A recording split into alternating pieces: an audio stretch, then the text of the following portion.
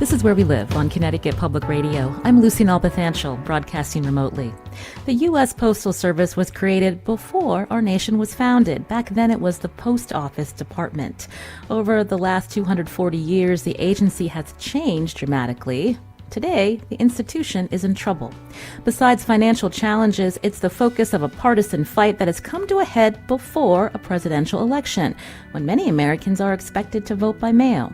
Coming up, we talk to the Institute for Policy Studies about the U.S. Postal Service and how well it can stand up to threats of privatization and a further erosion of services.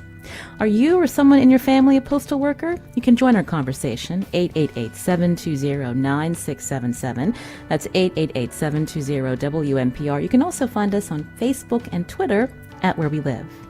We first wanted to dive into the history of the Postal Service. So joining us now on Zoom is Daniel Piazza. He's Chief Curator at the Smithsonian National Postal Museum in Washington, D.C. Daniel, welcome to our show. Good morning, Lucy. Thank you for having me. Now, I have to admit, I didn't know there was a National Postal Museum. Tell us about, I believe it was created in the mid-'90s, but tell us how you ended up at the museum, Daniel. Well, there is a National Postal Museum. It's in Washington, D.C. It's a Smithsonian Institution museum right next door to Union Station in the city's old main post office building. And as you mentioned, the museum itself opened to the public in 1993, but our collections are much older than that. The Smithsonian Institution began collecting stamps and mail and postal artifacts back in the 1880s. So the collection is actually much older than the museum. I came to the museum about 13 years ago now through my interest in the history of stamps. Particularly, I'm a specialist in the museum's postage stamp collection. We have nearly 6 million postage stamps from the United States and all around the world, as well as a large gallery devoted to displaying them. I was reading a lot the other day about the history of the Postal Service, and we think about that it was first established before our country was founded. Thinking of the first mail stations in the colonies were in taverns. Many people have heard Benjamin Franklin was the first postmaster general. What are some other facts about the Postal Service that Americans would be surprised to know, Daniel? Well, as you mentioned, Benjamin Franklin was the first Postmaster General of the United States, but what not many people realize is that he was also the last Postmaster General under the Crown. So prior to independence and the American Revolution, Franklin held the office of Postmaster General as a royal official. So he was the only Postmaster General to be both the British and the American Postmaster General in what became the United States.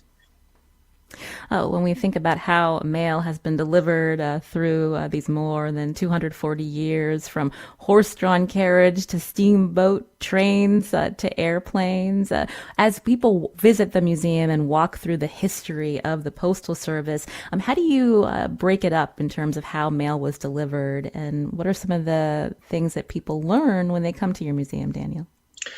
Well, I think one thing that they learn and that we show really well in our galleries is that the history of the Postal Service is very closely entwined with the history of transportation in the United States. So almost all methods of transportation, from railroads to steamships and then airplanes, all of these were developed, at least in part, with subsidy from the government through the Postal Service in the form of postal contracts.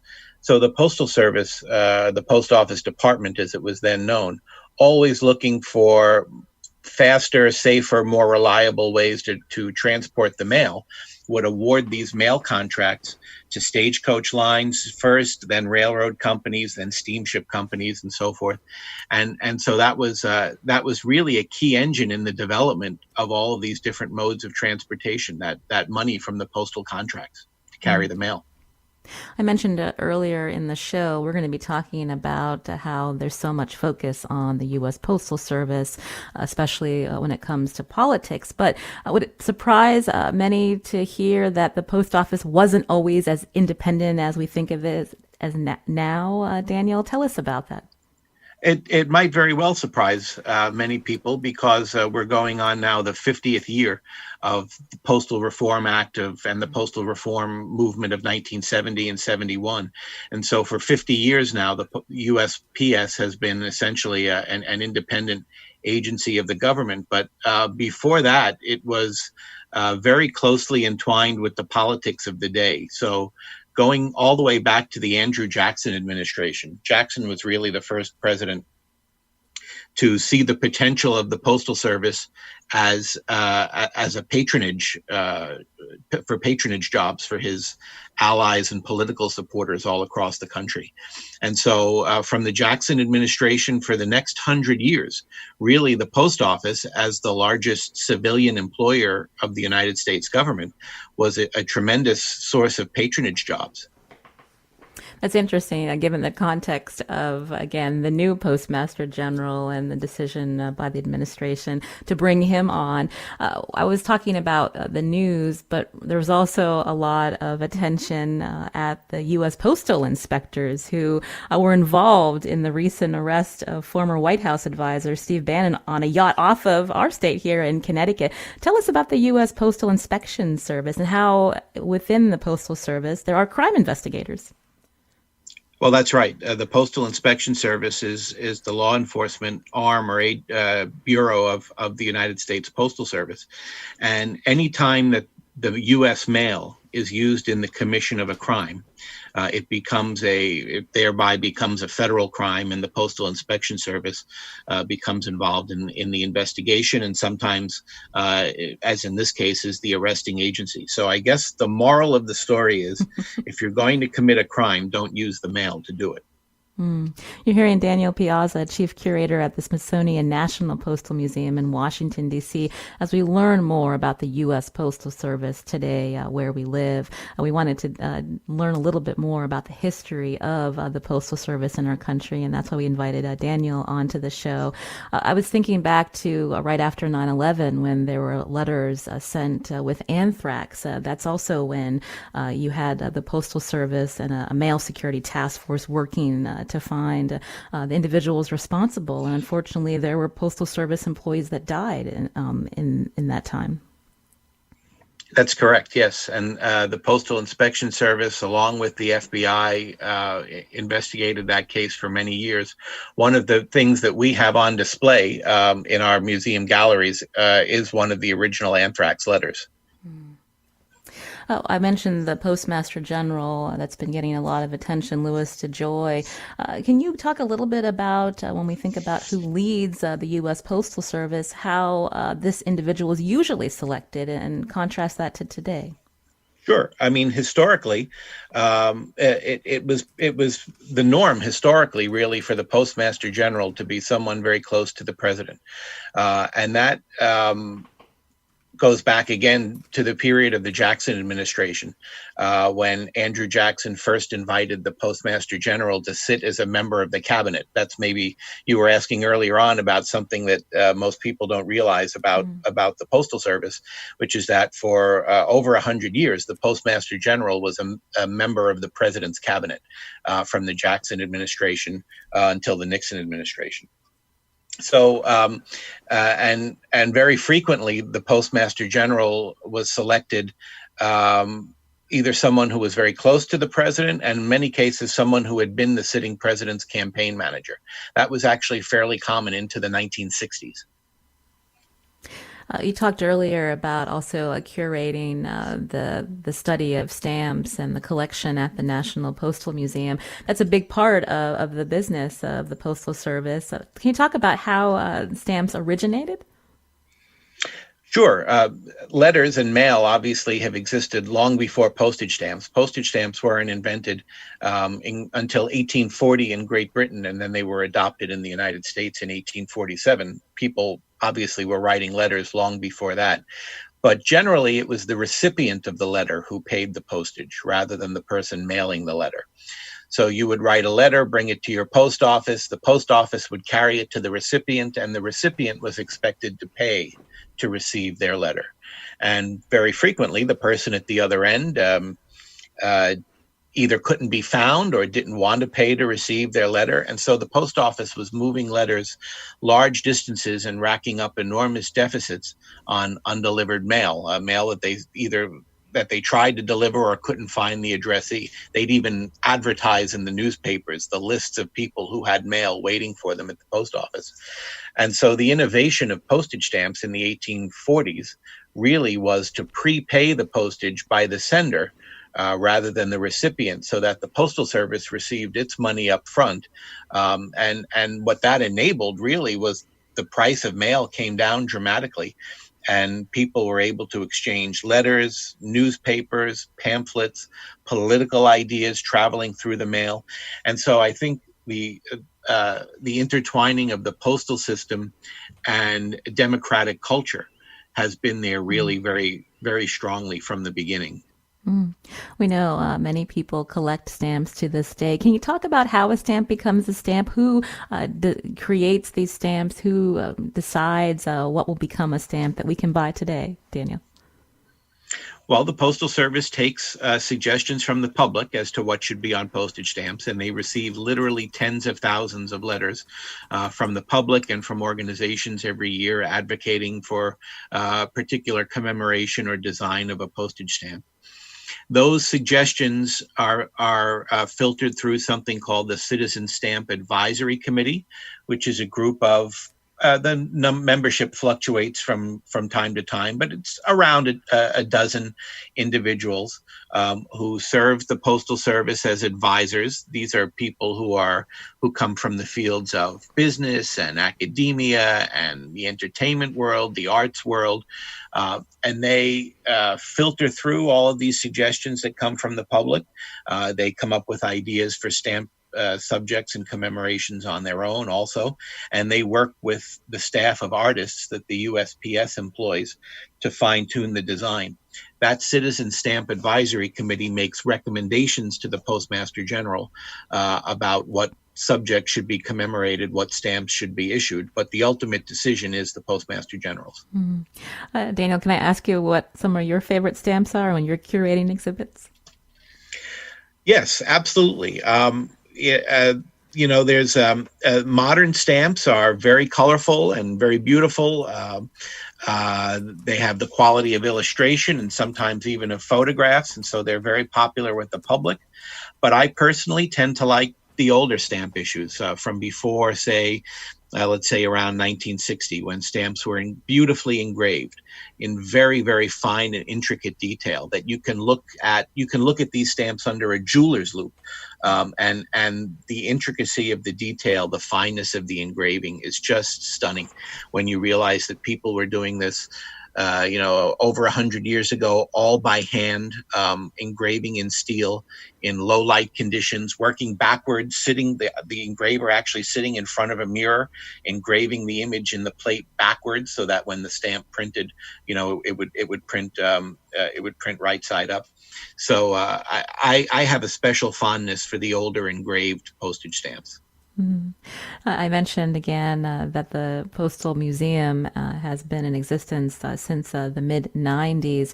Has there been, because of the Postal Service being in the news, has there been more attention on the museum that you work at, or how did you operate during COVID, Daniel? There definitely has been more attention and a lot of press inquiries and requests for appearances. It's unfortunate that right now the Postal Museum is closed, along with many other Smithsonian museums, because of the pandemic and the COVID crisis. And so, you're broadcasting from home. I'm speaking to you from home. I haven't actually even seen the museum in 5 months.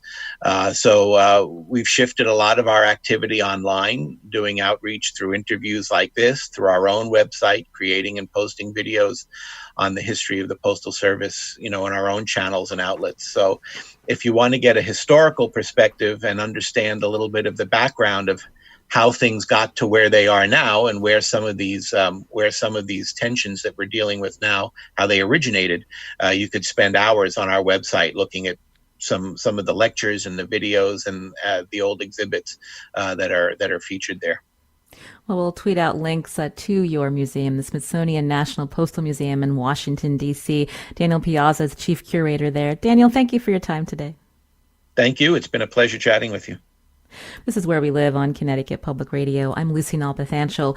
Coming up after the break, we wade into the challenges the U.S. Postal Service faces. How does a 245-year-old institution stay relevant in the e-commerce era? And what will service look like this November when millions of Americans vote by mail? We'll talk about all of that and answer your questions, too. You can join us, 888-720-9677. That's 888-720-WNPR. You can also find us on Facebook and Twitter at Where We Live.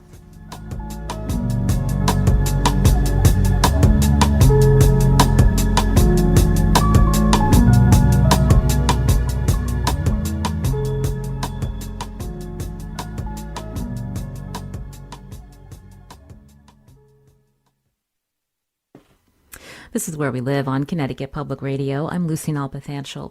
The U.S. Postal Service is in trouble. The latest challenge to the federal agency comes after new Postmaster General Louis DeJoy began enacting cost-cutting proposals like banning overtime and changing delivery policies. An outcry from lawmakers and the public led to DeJoy to halting those plans until after the election. My next guest has researched the U.S. Postal Service. Sarah Anderson is with the Institute for Policy Studies in Washington, D.C. She's Global Economy Director there, and she joins us on Zoom. Sarah, welcome to our show. So good to be here. Thank you. Our listeners can also join our conversation, especially if you or someone in your family is a postal worker. The number 888-720-9677, or find us on Facebook and Twitter at Where We Live. Before we get into the controversy surrounding Postmaster DeJoy, I wanted to find out, Sarah, how the pandemic has affected the U.S. Postal Service. Can you walk us through some of the trends over the last 6 months? Absolutely. I think people are keenly aware that the Postal Service is really an essential frontlines workforce during the pandemic. There's been a huge spike in demand for package deliveries, going up 50% last quarter compared to the same quarter in 2019. And that's because people are trying to socially distance and keep themselves safe from the pandemic. And so they are ordering a lot more of their medications, food, cleaning supplies, and other essentials through the mail. And the Postal Service is a vital part of the delivery service for those kinds of essentials. At the same time, though, the recession has really cut into the Postal Service revenue from mail. So that is really down, and that's why the Postal Service, despite the package boom, is still in need of the kind of COVID-related relief that so many private corporations have already received. When we think about the thousands of people who work within the U.S. Postal Service, you mentioned that they're an essential service, but in terms of assistance from the federal government related to the pandemic, has the U.S. Postal Service received any assistance protecting its employees? They have not received a dime in direct cash assistance.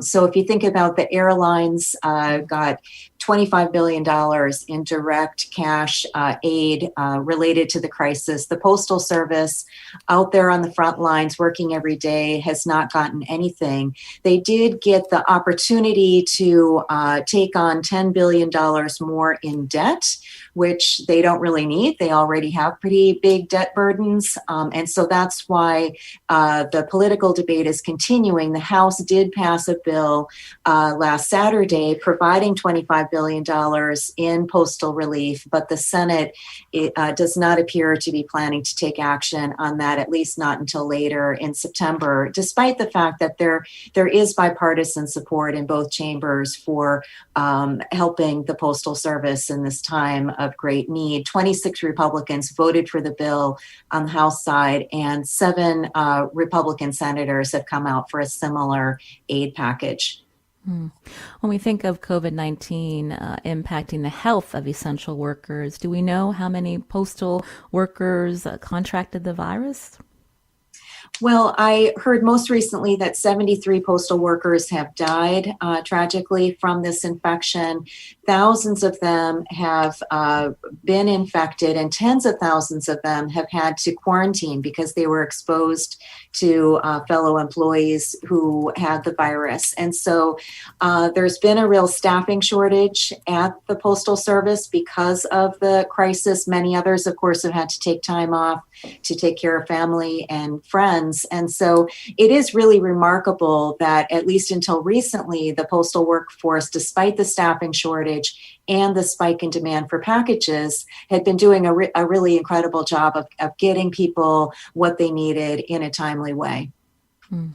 You can join our conversation as we learn more about the challenges in front of the U.S. Postal Service. The number here on Where We Live, 888-720-9677, or find us on Facebook and Twitter at Where We Live. With us on Zoom, Sarah Anderson, Global Economy Director at the Institute for Policy Studies in Washington, D.C. We wanted to get perspective from someone who's worked at the Postal Service for many years. So joining us now on Zoom is Vince Mase. He's a retired Postal Service worker. He also is Director of Retirees at the Connecticut State Association of Letter Carriers. Vince, can you hear me? I can hear you fine. So tell us first, what drew you to the U.S. Postal Service? How long did you work for the agency? Well, first of all, Lucy, I want to thank you for having me on the air today to talk about this here. I worked for the agency from 1974 until 2005 for a little over 30 years. But after I retired, I became president of the union for the past 15 years. So I've been involved with the Postal Service from 1974 to today for about 46 years. That's a long time. So you've seen many changes within the Postal Service and how workers do their jobs each and every day. What's really striking to you at this moment in time? You mentioned that you're retired, but you're still involved in a union that represents postal workers today. Yeah, well, one of the most striking things is the appointment of the new Postmaster General. What many people don't realize is he's the first outsider in 25 years. The previous three Postmaster Generals came up to the rank and file. They started off as bargain unit employees and then moved their way up. And it was comfortable having somebody at the head that knew the ins and outs of the Postal Service. A person coming in from a private company is very difficult to deal with. We've had them before, but very hard to imagine working with somebody who tries to control everything without going through the proper channels. I asked Sarah to talk about the impact of COVID and the pandemic on the U.S. Postal Service in terms of employees within the state of Connecticut that are working for the Postal Service. What has it been like for them the last few months, Vince? Well, when it first started, everybody was frightened, and we worked with the Postal Service. All the bargaining units worked with the Postal Service to make sure we had enough PPEs, make sure they provided masks, wipes and sanitized hand lotion. Right now in Connecticut Valley, which covers Western Massachusetts and Connecticut, we've only had 171 employees test positive for COVID-19, and no deaths or no serious illnesses. So we've taken very, very strict measures to ensure the safety of all the postal workers in the Connecticut Valley. Well, stay with us, Vince. We'd like to hear more from you, as well as our listeners, 888-720-9677. Or you can find us on Facebook and Twitter at Where We Live. Sarah, Vince mentioned the new Postmaster General. So let's talk about General DeJoy, when he took office and the measures that he tried to put forth that I believe have been halted, but doesn't necessarily mean that they're completely gone away. Right. So Louis DeJoy, who's a former corporate CEO, as Vince mentioned, he's also a Republican mega donor and Trump ally, took the helm of the Postal Service on June 15th. And the broader context here is that the Trump administration had been going after the Postal Service for years. Starting in 2018, the Trump administration recommended selling off our public postal service to private for-profit corporations. Then more recently, President Trump has repeatedly attacked vote by mail and made it clear that he was in opposition to financial relief for the Postal Service during the crisis, because if they didn't get that money, in his view, they then would not be able to carry out vote by mail, which he has repeatedly said would create widespread fraud without any evidence to back that up. So in comes a new leader of the Postal Service who is very close to Trump, and he very quickly starts introducing operational changes that he admits has caused mail slowdowns across the country. And this really created a lot of fear for numerous reasons. Fears about, are people going to be able to get their essential services? There are stories about people being delayed in getting their insulin and their chemo drugs and things like that. Fears about the vote by mail. It seemed that there was a declining confidence in the vote by mail process, given the mail slowdown.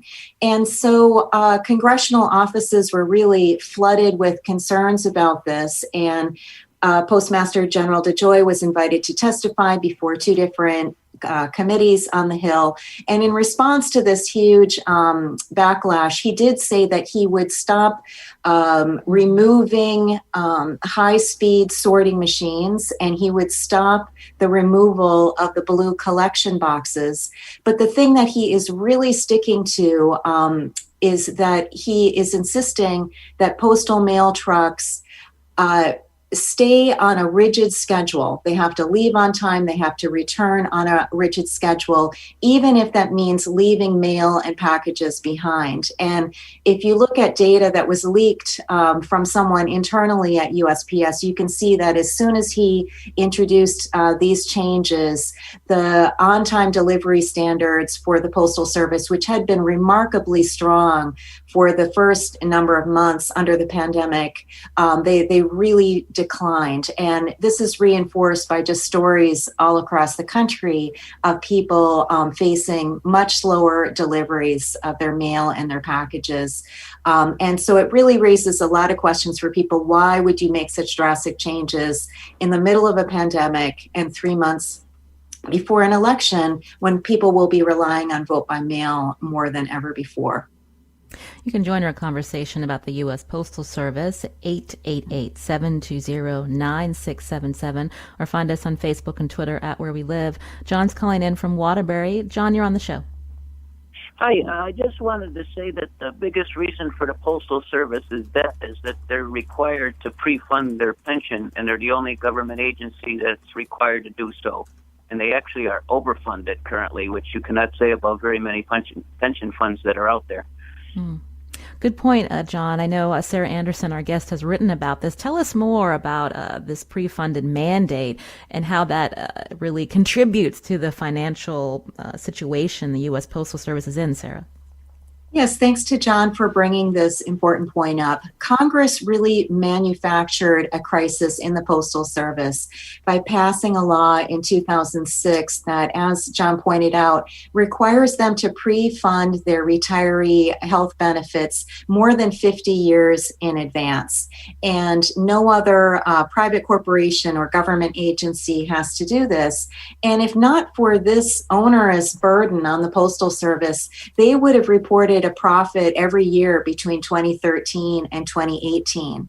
But this manufactured crisis has been used to justify calls for privatization. I'm sure people have seen headlines about how the Postal Service is a financial basket case and private companies could do so much better. And the real truth is that without this 2006 law related to the funding of their retiree health benefits, the Postal Service would have been in much better shape in recent years. And so in addition to getting them the crisis relief they need to continue providing essential services during the pandemic, repealing that 2006 law is really critical to the long-term health of the Postal Service. We're going to be talking more about the financial challenges facing the U.S. Postal Service, including e-commerce, and then also how the Postal Service will be able to deliver all of these absentee mail-in voting for November. Again, you can join us 888-720-9677 or find us on Facebook and Twitter at Where We Live. Tom's calling in from Manchester. Tom, you're on the show. Oh, good morning.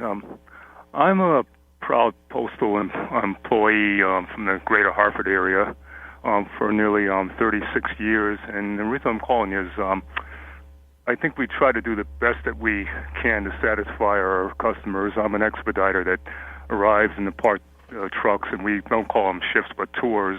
And we stay busy every day of the year, including holidays and weekends around the clock. And I think we have a proud tradition going back to Ben Franklin. We have a postal inspection service that has to now deal with terrorism and theft and other issues, and also with some employees that were killed in the line of duty at times, or through shootings or sometimes assaults. So we have to put up with that, and even dogs. We have, I guess, the letter carriers carry Mase at times too, and there's and we deliver in all kind of weather, and when it's usually fiscally possible, and we've been affected by weather across the country too. So we're a family, and we're a diverse organization. I think a third of our employees are veterans, and I'm a person of color, African American, and I try to do my 8 hours, my 40 hours diligently every day of the year, and hope to do my best and return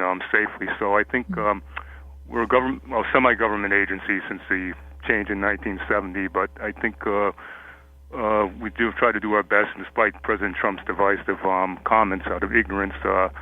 We should visit, one of these days, and that we do our best in just having enough staffing and listening to new ideas. And I know times are changing with technology, but I think we're up to the task, and just hope that we can keep satisfying our customers, and they believe in us, and that we're not a bloat. And I think with the we do provide services even for the private sector and businesses too, because I'm sure they want their mail delivered on time. So I think yes, a lot of Americans are depending on you, Tom, as well as your colleagues. Before we let you go, can I ask you, what has morale been like within your unit, so to speak, in the Manchester area over the last few months? I guess it's been good. We weren't sure with the COVID, and I think they've been providing masks and gloves. So hopefully the morale is picking up, and for those who have to stay out under the new law, you have got that with the medical privacy. So I think it's been improving, somewhat, that we have a job to do, but hopefully that they keep the facilities sanitized and clean, and to try to reassure us that we're working in safe conditions, and that we try to return home to our families every day after our tour is completed. So hopefully it's going up there, and keeping morale up in a positive way. And I think for my union, they're trying to do what we can, and reassure the customers that we're there to work hard and do our best. So I just take it one day at a time. And well, thank you, Tom, for calling in from Manchester, a current postal worker. Sarah Anderson, I wonder if you could respond to what Tom shared. There was a lot there in terms of describing, him personally, but also the job that he does each and every day.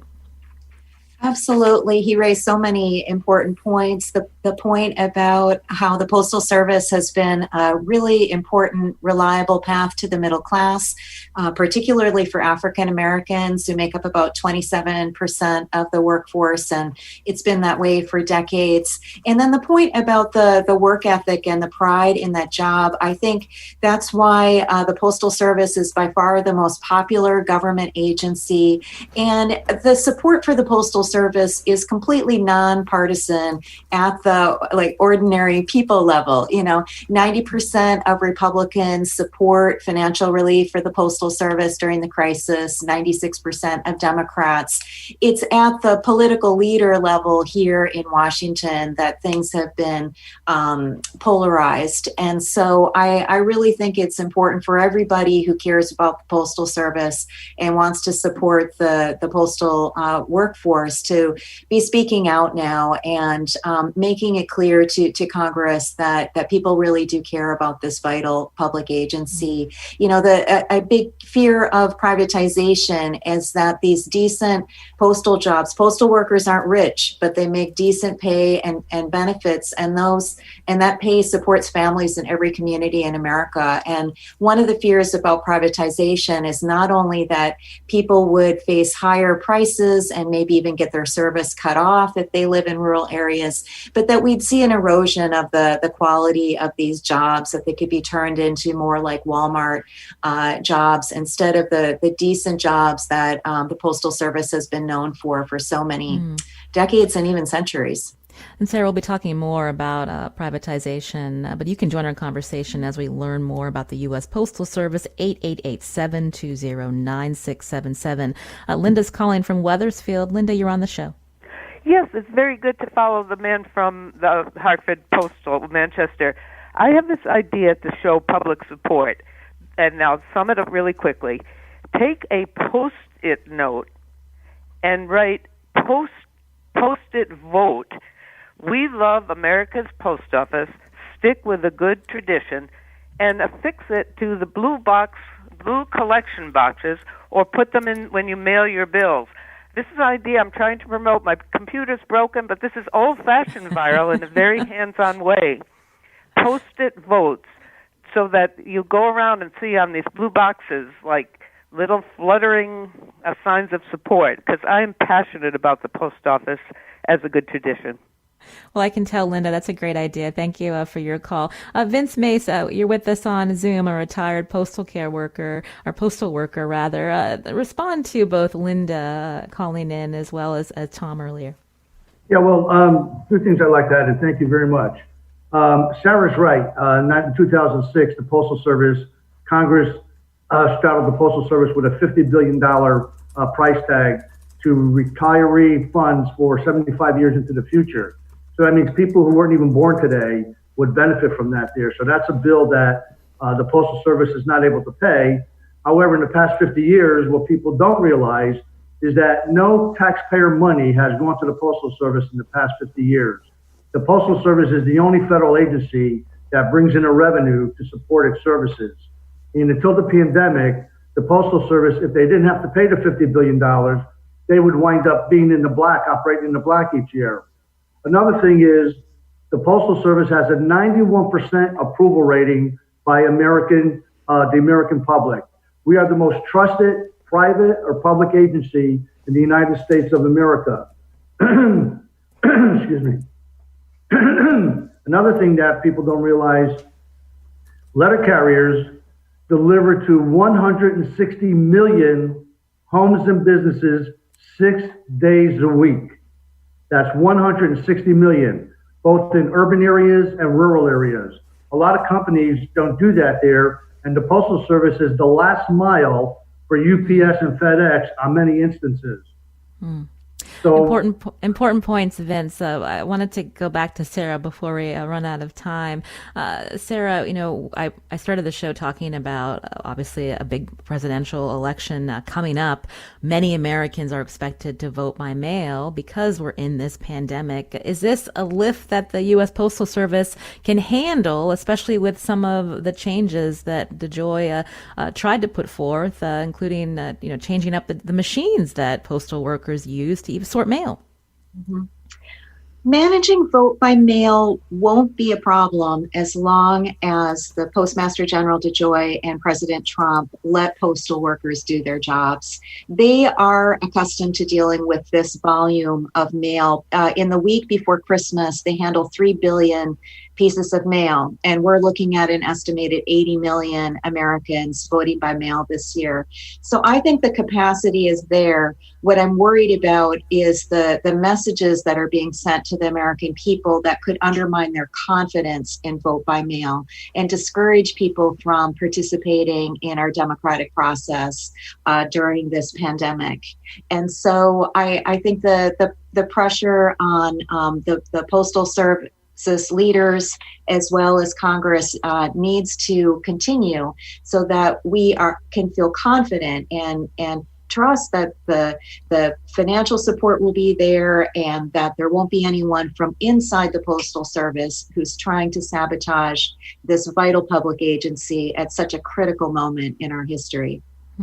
And we should mention that in Connecticut, there's also stressing from the Secretary of the State's office here in Connecticut, many residents being encouraged to use ballot boxes where they can drop off their mail-in ballot versus the mail because of those concerns that you mentioned. Sarah Anderson is my guest on Zoom today, Global Economy Director at the Institute for Policy Studies in Washington, D.C.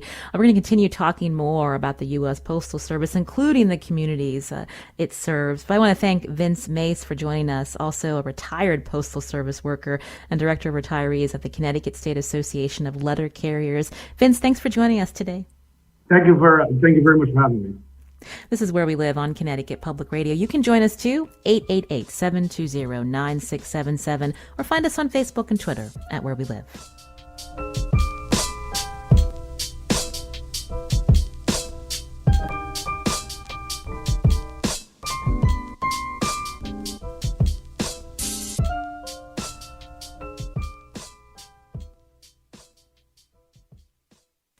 This is Where We Live on Connecticut Public Radio. I'm Lucy Nalpathanchel. We're talking about the U.S. Postal Service with my guest, Sarah Anderson, Global Economy Director at the Institute for Policy Studies in Washington, D.C. Sarah, I wanted to learn more about the people that work at the Postal Service, the communities that it serves. We heard from Tom, who said that he's an African-American man working for the Postal Service for many years in Connecticut. Overall, how many people of color make up the U.S. Postal Service, and what would this mean if the agency were to be privatized? Yeah, well, the total postal workforce is about 633,000 people, and 40% of those are people of color. So it's really a vital source of decent jobs for people of color and their families. I should also point out that 97,000 of postal workers are veterans. And for many years, really going back to right after the Civil War, the Postal Service has offered preferences in hiring for veterans. So it's one of the leading employers of veterans in the country as well. You mentioned earlier that if the U.S. Postal Service was privatized, those good paying jobs, they wouldn't have the type of salary that they do now to make a good career for themselves. But I was also thinking about the fact that services within the U.S. Postal Service are affordable, and that if you have an address, the U.S. Postal Service has to make every effort to get you your mail. Yes, to get it there and to get it there at an affordable and uniform rate. So this goes back to the universal service obligation of the Postal Service. It was intended by our founding founding fathers to use the Postal Service to help bind our nation. And so that's why it costs the same amount of money to send a stamp to Alaska as it does to send it down the road from you. And the way that the Postal Service manages to do that is it takes money from more profitable parts of its operations and uses that to cover the cost of these more expensive routes to more rural and remote locations. They do that because of that social mission. A for-profit corporation is not going to have any interest in taking on delivery routes that they can't make money off of. Mm-hmm. And so at the Institute for Policy Studies, we looked at, well, what are these more expensive routes? And we looked at where are the places in the country where UPS and FedEx already charge extra to deliver to people's homes, because those would be the ones that we think the rates would really be jacked up on, or even just cut off entirely if they didn't have the competition from the Public Postal Service. And these are areas where 70 million Americans live. So it's not just people on, islands or mountaintops. We're talking about vast swaths of the country that are likely to face really severe repercussions if we sell off our postal service to private companies.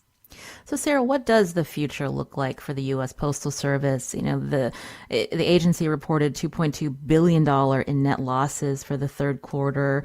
We mentioned this pre-funded mandate, of course, that is a huge strain on the postal agency. But because first-class mail revenue has declined, because of the impact on e-commerce and how Amazon delivers on its own for most of the time, how has that all impacted the agency, and what are some real takeaways for how to help it be sustainable without being privatized? Yeah, well, beyond the things we've already discussed about getting rid of this onerous burden of pre-funding their retiree health benefits and getting them the COVID relief they need to get through the pandemic, there are so many creative ways that people should be exploring to increase revenue for the Postal Service. One of them is to expand their financial services. They already provide money orders, but in many other countries, the post office is also a place where you can go to cash your checks or use an ATM machine or get a range of other financial services. It makes up about 18% of postal revenue in countries around the world. And there is some movement on this in the Democratic Party platform as just one example of how this debate is evolving. They call for creating new individual financial accounts through the Federal Reserve that people could access through their post offices. There are ideas about charging a small fee for the letter carriers to check in on the elderly and the homebound. That's something else that countries elsewhere in the world are doing to use their postal service to address the urgent need for more care for our aging population. So these are the kind of ideas I wish we were discussing right now. We could be having a really rich debate. Our postal service has innovated just constantly over the years in so many ways. They're totally capable of innovating to meet today's urgent needs. And instead, we have a leader of the Postal Service who is fixated on cutting, in the middle of a pandemic even, instead of thinking creatively about how do we improve and expand this incredible institution that we've all helped build up. An institution that for many families, they have multiple relatives that work for the U.S. Postal Service. I understand you have a personal connection as well, Sarah.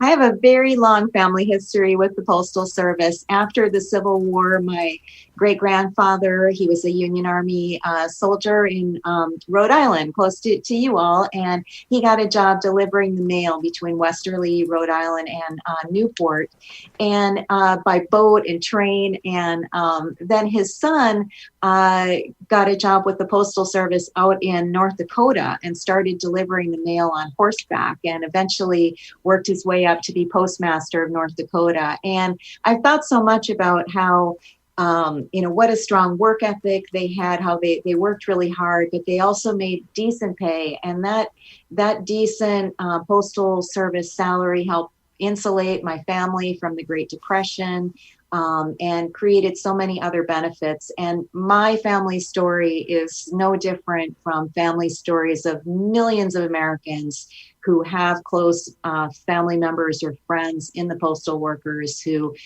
throughout our history have done an amazing job to provide these essential services and help keep this vast country together. Mm. Sarah Anderson, again, is Global Economy Director at the Institute for Policy Studies in Washington, D.C. We'll tweet out links to some of her research on the Postal Service. Sarah, thank you for your time. We really appreciate it. My pleasure. Thanks so much. Tess Terrible produced today's show. Our tech producer is Kat Pastor. Carmen Baskoff was on the phones today. I'm Lucy Nalpathanchel. Thanks for listening.